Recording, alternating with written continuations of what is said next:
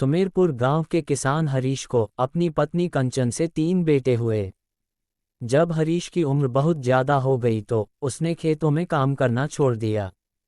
जब किसान हरीश ने अपनी पत्नी से बताया कि उससे अब काम नहीं होता तो पत्नी ने जवाब दिया कि उसे काम का बोझ 3 बेटों में बांट देना चाहिए।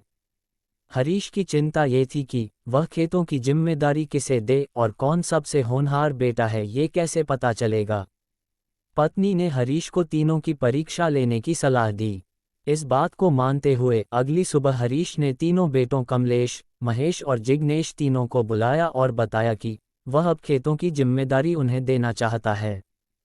तीनों बेटों ने एक एक करके खुद को इस सवाल पर एक दूसरे से बेहतर बताया। हरीश ने कहा इस बात का फैसला वह खुद करेगा। अगली सुबह हरीश ने तीनों बेटों को गाय के बाड़े के पास बुलाया और कहा इस बाड़े में 3 जादुई गायें हैं और तीनों बेटों को एक एक गाय पालनी है और साथ ही खेत पर काम भी करना है।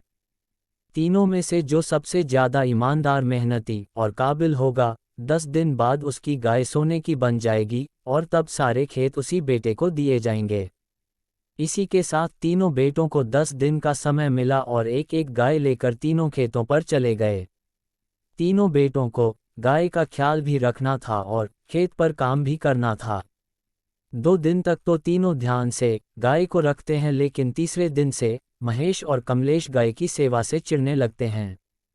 सबसे बड़ा बेटा कमलेश खेत पर काम करने के बजाय सिर्फ गाय के पास बैठा रहता और चारा खिलाता रहता। दूसरे बेटे का भी यही हाल था, लेकिन तीसरा बेटा जिग्नेश ईमानदारी से काम करते हुए गाय की सेवा भी करता और साथ में खेती करते हुए बुवाई करने भी जाता। इस तरह 10 दिन बीत गए। अब तीनों बेटों की अपने पिता से मिलने की बारी थी। कमलेश ने सोचा कि उसने अपना काम ठीक से नहीं किया, इसलिए जमीन उसे नहीं मिलेगी और ना ही पिता के कहे अनुसार गाय सोने की बनी थी।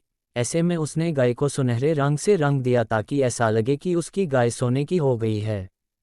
महेश ने भी डर के मारे यही तरीका अपनाते हुए सुनहरा रंग गाय पर चढ़ा दिया। कमलेश और महेश की गाय देखकर पिता कमलेश हैरान रह गया और इसी समय जिग्नेश मौके पर पहुंचा, लेकिन उसकी गाय तो पहले की तरह ही सफेद थी। तो उसने अपने पिता से माफी मांगी कि वह पिता की कसौटी पर खरा नहीं उतर सका और कहा कि उसने गाय की सेवा के साथ साथ गाय का दूध बेचकर कुछ पैसे जमा किए हैं और उसने पैसे पिता को देने के लिए हाथ आगे बढ़ाया। बाकी दोनों बेटों ने पूछा कि शर्त के मुताबिक जादुई गाय तो उनके पास है, तो खेत दोनों में से किसे मिलेगा। बूढ़े किसान ने कहा कि यह कोई जादुई गाय नहीं है और ना ही सोने की बन सकती हैं। ये तो सिर्फ परीक्षा लेने के लिए बेटों से बोली गई बात थी। रंग चढ़ाकर उन्होंने गाय को परेशान किया, इसलिए दोनों बेटों को सजा दी गई कि वह दोनों अब गाय का बाड़ा संभालेंगे। इस कहानी से यह शिक्षा मिलती है कि जो व्यक्ति फल की इच्छा किए बिना ईमानदारी से अपना काम करता है, सफलता उसे ही मिलती है। दोस्तों, कहानी अच्छी लगी हो तो इसे लाइक करें, शेयर करें और चैनल को सब्सक्राइब ज़रूर करें। धन्यवाद।